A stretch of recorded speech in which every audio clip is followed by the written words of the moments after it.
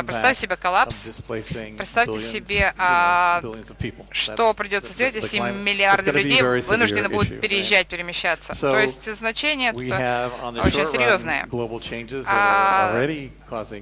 Уже климатические изменения вызывают значительные проблемы в мире. Мы говорим, у нас есть вопрос к устойчивому доступу к энергии и к еде, к пищевым продуктам, потому что если не будет если будут проблемы с энергией, то проблемы с пищевыми продуктами. То есть, опять же, все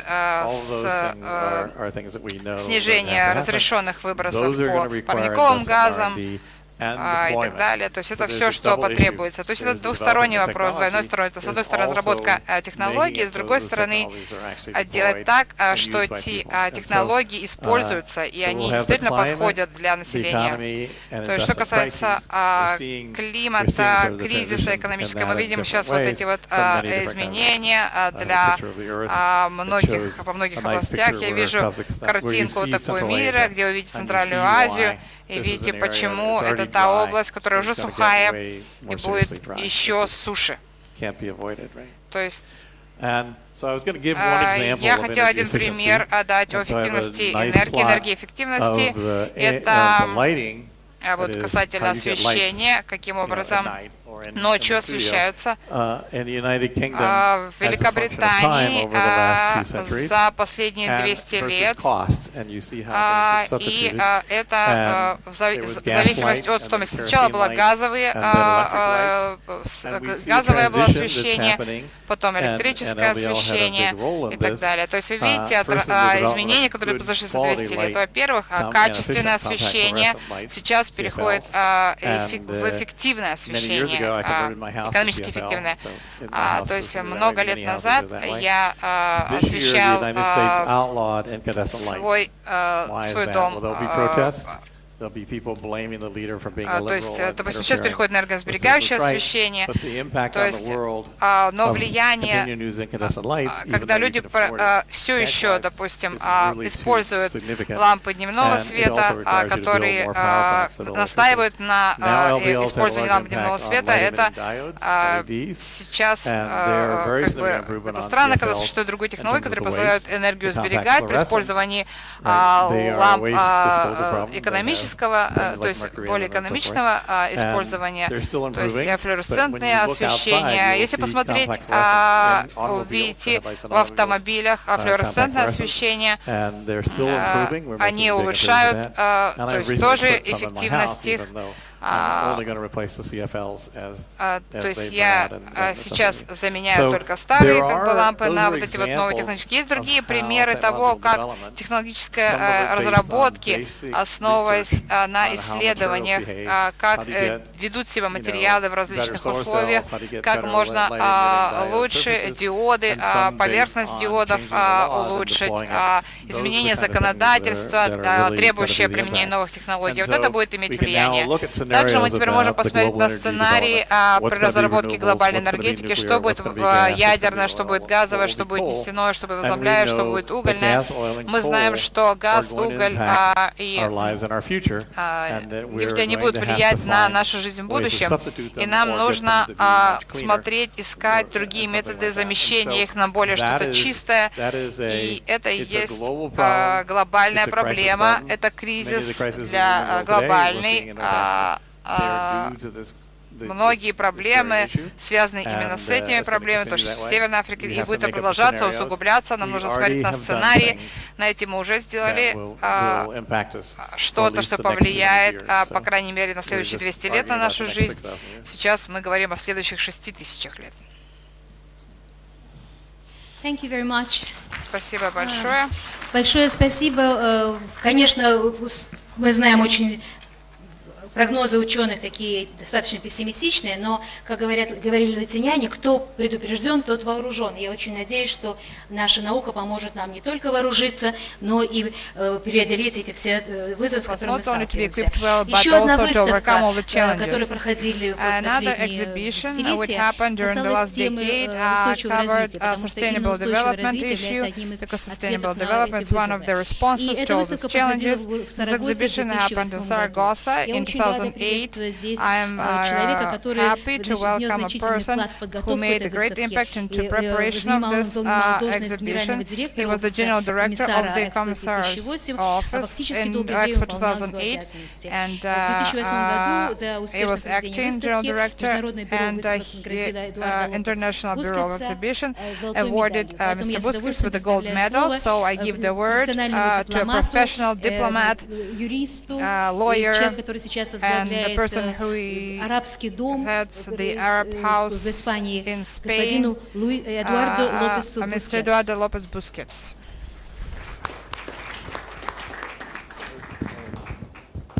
Thank you very much. Well, it's really a privilege to be here in Astana to share this panel with the Commissioner of Astana 2017, the head of the exhibition, the head of the Society of the exhibition, and also representatives of the BIE and Prize Nobel Physics. So it's really a privilege to be here and to share this panel. First of all, I want to thank you, all of you, your presence, and also the authorities of Kazakhstan, and as well the representative of the OSCE. Well, let me start. It's a privilege for me to be here today in this distinguished forum at Astana. Between 2006 and 2008, I had the distinct privilege and honor to serve as Director General of the Office of the Commissioner of Expo Zaragoza 2008, an event focused on water and sustainable development. Therefore, this placed me as Deputy Commissioner of the exhibition. I devoted for the preparation 3 intense years of my personal and professional life to this collective effort, which undoubtedly transformed a great city such as Zaragoza. Working as a career diplomat for 3 years in a town that is not the capital of my country offered me an incredibly enriching experience, especially showing or enhancing the fact that an exhibition has an important dimension of projection towards the rest of the world.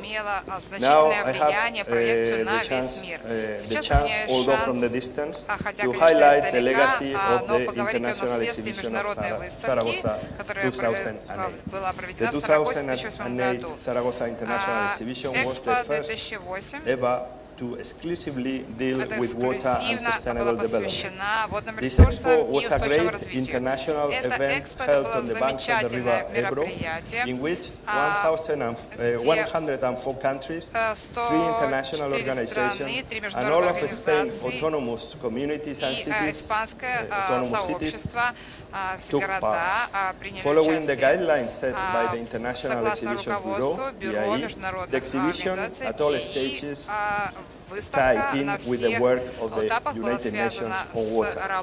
The expos, which are run in the spirit of the aims of the BIE, have become international events that obtain more direct participation from everyday citizens and are a prodigious exercise in civic education.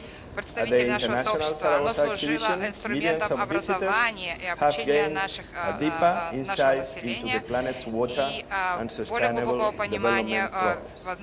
The theme of our World Expo, as Mr. Prostakov said, is the greatest link between visitors and participants for the exchange of knowledge and experience. It converges diversity of thought and innovation in the development and presentation of solutions to the main challenges facing contemporary society for the development of humanity. Let me now quote the Secretary General of BIE, Mr. Vicente González López-Tales. The theme of an expo can inspire government and civil society to explore together one of the most pressing subjects facing our communities, achieving sustainable energy for a sustainable future. Mr. González Los Certales, in a speech delivered in Astana the 28th of June 2012, expressed what to me is the essence of exports at the beginning of the 21st century.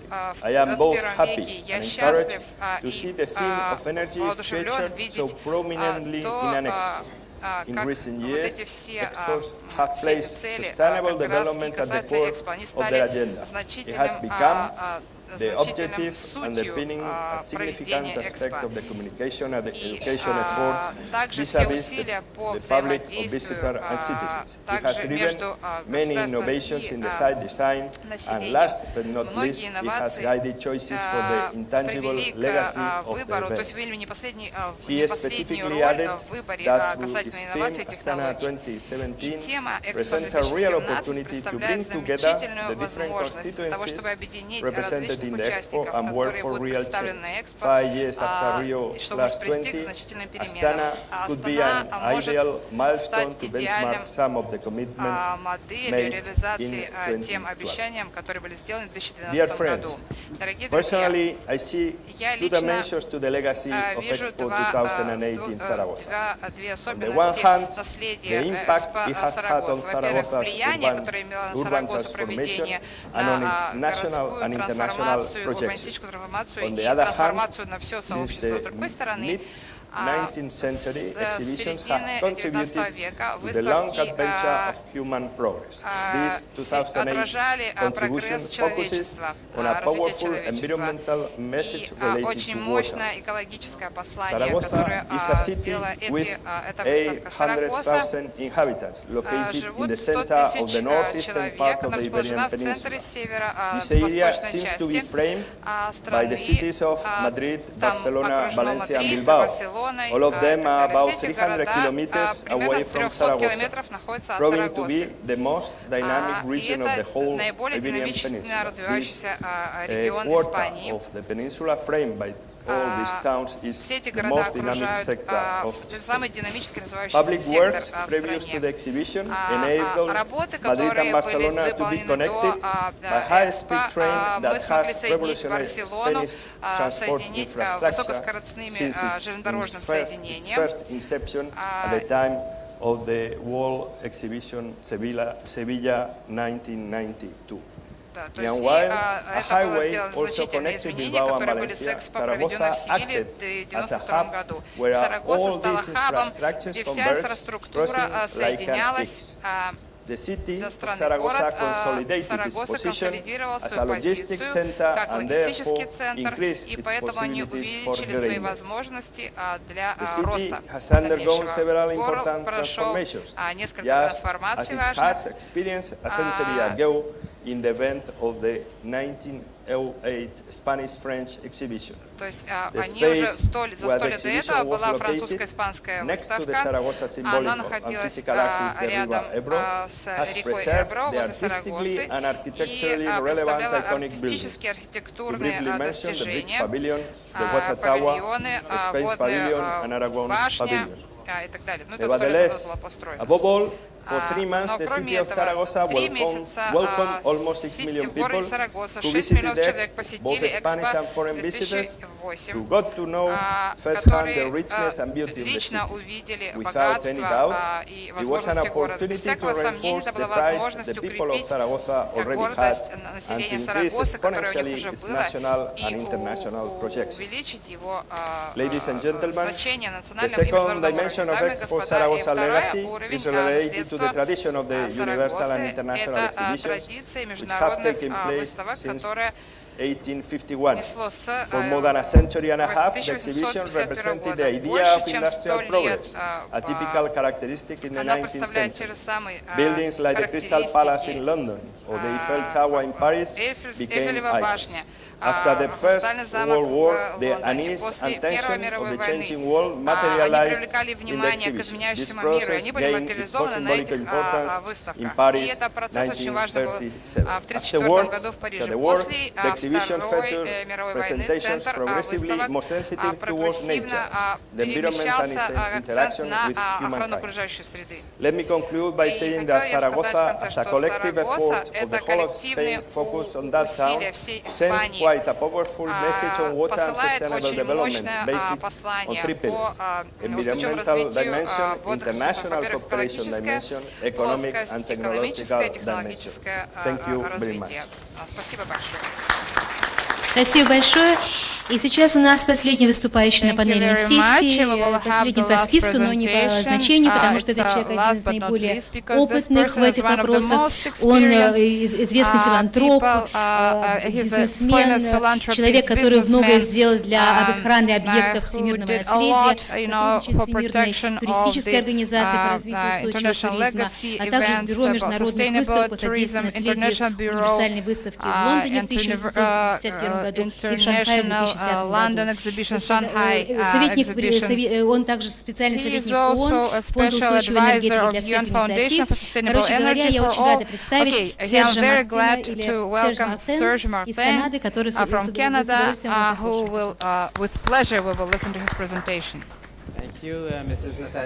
Спасибо большое, госпожа Зарубина. Господин Рапиль Жашибаев, мистер Талгат Ермегияев, уважаемые участники панельного заседания, дамы и господа. They put my slide. That's good. Слайды мои поставили. I am delighted to be with you today. This is my third participation in the Astana Economic Forum, and I will use this opportunity to share my vision of Expo 2017. And now it will forever transform your country. Того, каким образом оно навсегда изменит вашу страну. There is no doubt in my mind that Expo 2017 will be a great success. Проведено с большим успехом, даже с большим успехом, чем то, что вы ожидаете в ваших лучших сценариях развития событий. Почему? Потому что вы сделали правильный выбор с самого начала. Будущая энергия – ваша тема и решение большинства важных проблем нашего времени. Это касается изменений климатических, это касается выживания человечества на этой планете. Генеральный секретарь ООН Бан Ки Мун как-то сказал нам, что если мы не добьемся успеха в реализации инициативы устойчивых источников энергии, все остальное не будет иметь значения. Ничто не играет большую роль, чем более важную роль, чем решение в области энергетики, чем Экспо 2017 и то, что оно принесет в области изменений климатических и глобального по типу.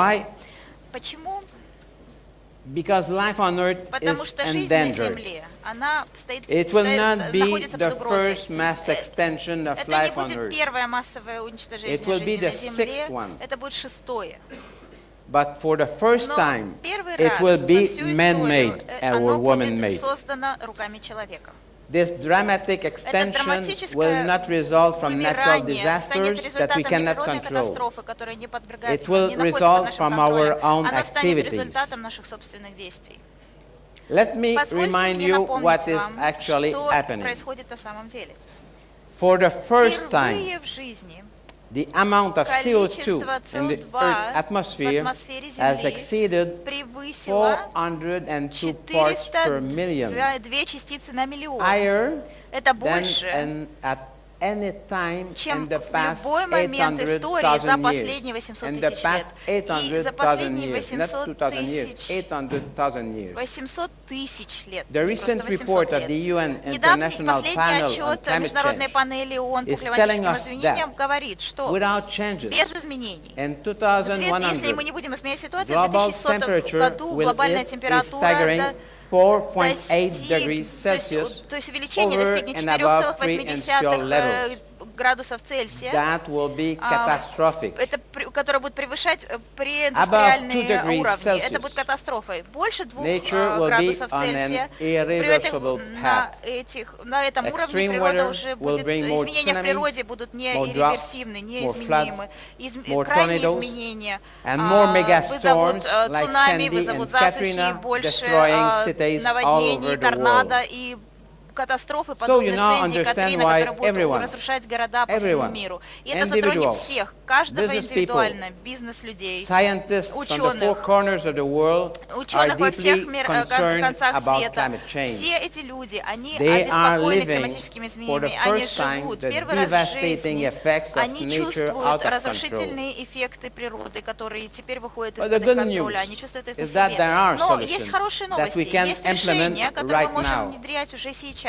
Это возобновляемые источники энергии, эффективность энергетическая и доступ к современным источникам энергии даже в самых отдаленных частях света. Это повестка дня Экспо 2017, которая определила для себя тему «Энергия будущего». Это повестка дня программы устойчивых источников энергии ООН.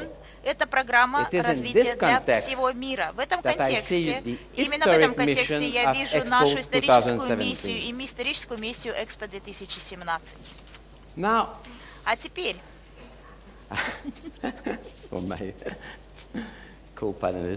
Now I would like to share with you some lessons I have learned from my 20 years of experience as the largest independent producers of trade shows in Canada and as a special advisor to the Secretary General of the International Exhibitions Bureau in Paris, the BIA. My first recommendation. Первая рекомендация.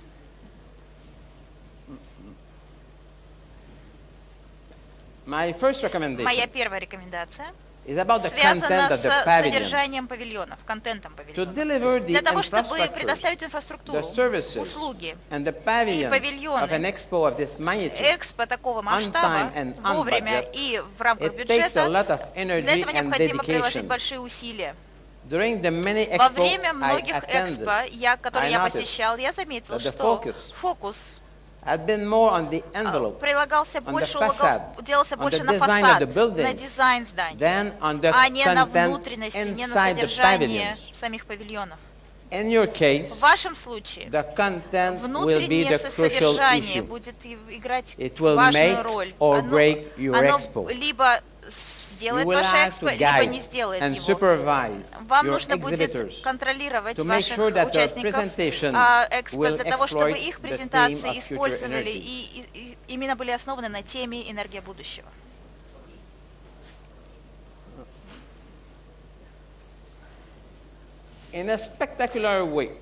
Очень красивым образом, но с уклоном в науку. Они должны показывать самые последние тенденции, новые технологии, изобретения и прорывы в области зеленой энергетики. Очень часто национальные участники участвуют в Экспо с единственной целью продвижения туризма в своей стране. И они забывают об основной теме Экспо. Вам нужно напоминать им, что миллионы посетителей приезжают на Экспо 2017 иногда из очень-очень отдаленных участков, потому что они взволнованы климатическими изменениями, и они хотят именно увидеть и узнать, что такое энергия будущего. Моя вторая рекомендация заключается в том, чтобы вы увеличили свою видимость и коммуникации. Экспо 2017 – это единственная в своем роде возможность, которая появляется у Казахстана и дает ему возможность позиционировать себя как мирового лидера в устойчивых источниках энергии. Вы должны начинать распространять информацию и говорить о своих целях. Вы хотите быть лидером, действовать, тогда действуйте как лидеры. Экспо 2017 должно быть видимо везде. И в течение всех важных конференций, выставок, встреч на высшем уровне, которые связаны с вопросами энергетики и связаны с взаимосвязанными секторами, а именно вода, urban продукты питания, development, сельское transport, развитие сельских ocean, регионов, housing, транспорт, океаны, manufacturing, and домостроение, construction. производство и строительство. Become a major sponsor of these events. Становитесь основным Insist to спонсором be этих invited as a keynote мероприятий. speaker. Настаивайте на том, Bring что a вас delegation of приглашали very в качестве qualified выступающих. people to Привозите do делегации efficient квалифицированных networking людей, которые and будут convince распространять decision информацию makers и убеждать to come людей, to принимающих Expo решения, что они 2017. должны приехать и посетить Their Экспо presence 2017. Их will присутствие give даст depth to your глубину вашим conferences and конференциям business meeting и programs. программам бизнес-встреч. Work with institutional Работайте с investors by институциональными sponsoring инвесторами, their conference спонсируйте их on конференции energy по вопросам and энергетики infrastructure и finance. инфраструктурному They финансированию. could be your most Они смогут быть potential and вашими powerful самыми partner for мощными Expo партнерами и 2017. участниками Экспо 2017. They are in a booming Они market. находятся в The развивающемся Asian рынке. Development Bank is Азиатский банк projecting развития investments планирует of $6 инвестирование в размере trillion 6 триллионов in долларов new в новую energy infrastructure by энергетическую инфраструктуру 2030. к году 2030. Moreover, Более того, в according to the соответствии с International Международным Energy Agency, энергетическим the агентством, world will need an миру additional понадобится $36 trillion дополнительно 36 until миллиардов долларов 2050 до to 2050 limit года для того, global чтобы warming сократить, to 2 degrees снизить Celsius. глобальное потепление на 2 градуса.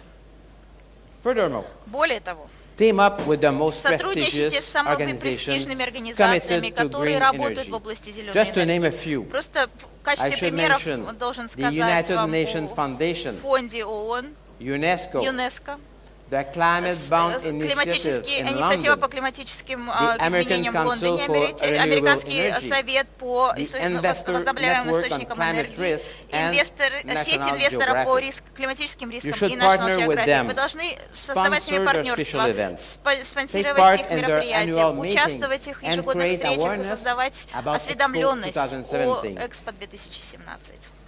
My third Моя and третья final и последняя recommendation рекомендация will be to build связана on the momentum and the с legacy of с Expo использованием момента и 2017. наследия Экспо 2017. Continue to enrich your Продолжайте team future energy after развивать 2017. тему энергии After будущего после 2017. 2017 It will года, после become 2017 become года, the brand of чтобы это Kazakhstan. стало брендом Казахстана. If I may С suggest, вашего позволения, я бы you хотела should предложить establish следующее. Вы a должны close создать cooperation тесное with сотрудничество previous с and future предыдущими World и Expos будущими всемирными for your экспо own interest. в ваших же собственных интересах. Imagine the Представьте себе potential потенциал of the combined and interrelated объединенных themes of water for Saragossa например, воды для 2008, Сарагосы 2008 urban года, development for Shanghai урбанистического 2010, развития Шангая 2010 ocean and года, coast for Yusu океаны и 2012, прибрежных районов food for ЮСУ MENA 2012, 2015, пищевой and промышленности для future Минана energy for 2015, Astana энергии будущего, 2017. это как тема Астанинского Экспо 2017. water, Вода, urban development, урбанистическое развитие, ocean, океан, food and продукты energy are питания и the энергия foundations являются of life on this фундаментом planet. жизни на этой земле. Integrating Объединение these этих тем themes into в a одно common общее vision видение for humanity человечества could be должно your стать вашей historic mission исторической after миссией после 2017. 2017 года. Ladies and Дамы и gentlemen, господа, Astana Астана 2017 is not не only только about future energy. связано с энергией It is будущего. about Это the связано future of с your будущим country. вашей страны. It is your И сейчас defining moment определяющий in момент в history. истории. Thank you for your attention. Спасибо за внимание. Thank you so much. I think that you kind of summed up our discussion, and all your recommendations are very valuable. Unfortunately, it took us a little bit longer than we expected, and as I was warned, we will have to continue our discussions in other sections.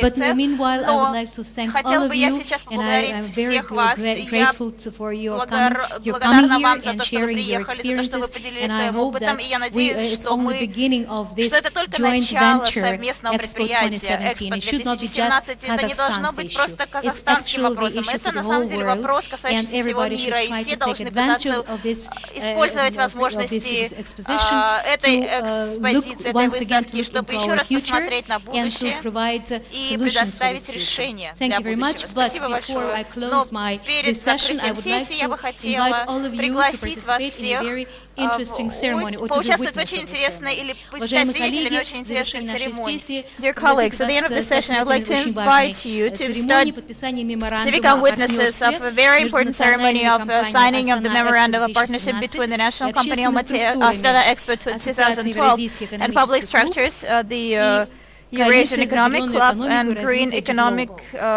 Coalition Development G Global. The procedure of signing must be attended by participants of signing, so I would like to ask Yermegiev, Talgat Evangelievich, and the chairman of the board of Astana Expo 2012, Mr. Karim Murat, president of the Eurasian Economic Club, Scientist Club, and Rahimbekova Sultanat, representative of the Green Economic Coalition, G Global, to come up to the stage here for the signing ceremony.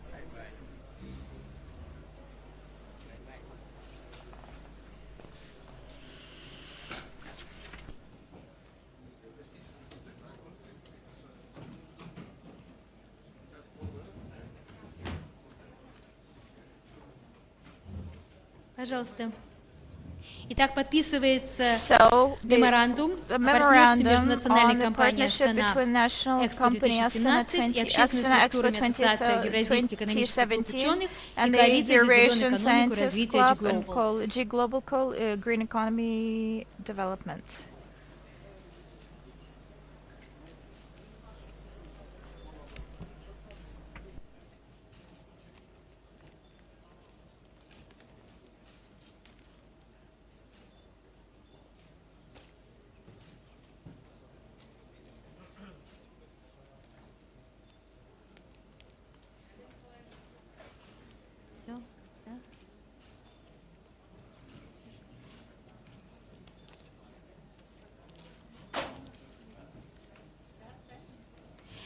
Спасибо большое за подписание и желаем успехов в выполнении этого меморандума. И спасибо всем за внимание. Наша первая сессия закрыта. Best of all and a successful future. And with this, we'd like to adjourn the session. Thank you.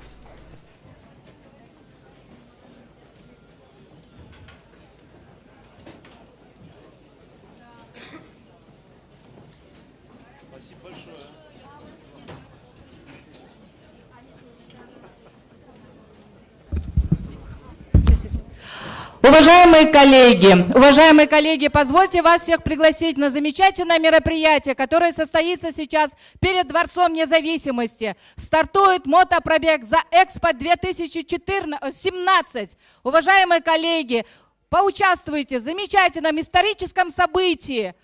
Старт велопробега Экспо 2017. Уважаемые коллеги, мы еще раз вас приглашаем поучаствовать в замечательном историческом мероприятии мотопробег Экспо 2017.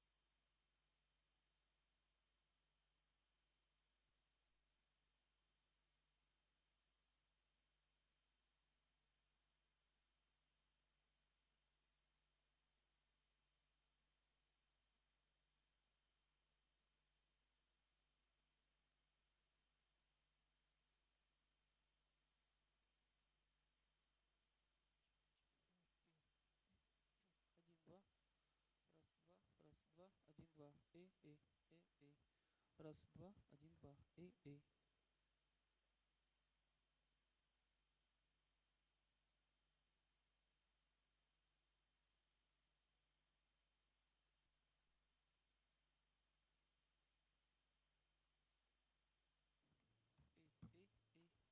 два, раз, два, один, два.